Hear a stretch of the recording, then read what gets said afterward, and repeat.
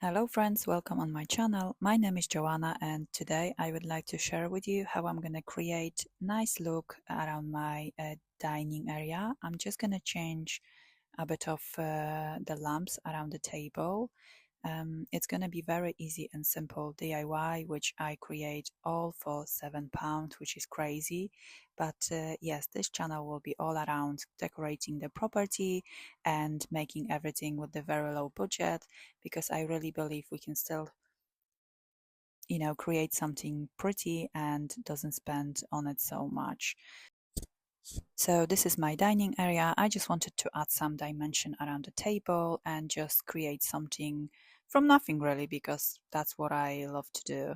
I hope you're gonna enjoy this project. So those ones I just bought from the charity shop, cost me only £1 each, so I spent £3 on that.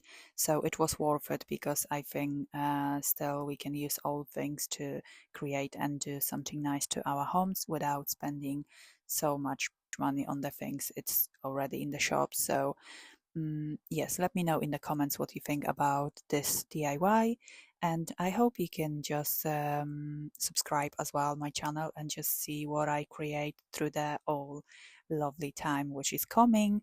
I love Christmas, so it's gonna be plenty decoration, and I hope you can join me as well. So yeah, take care guys, and see you soon.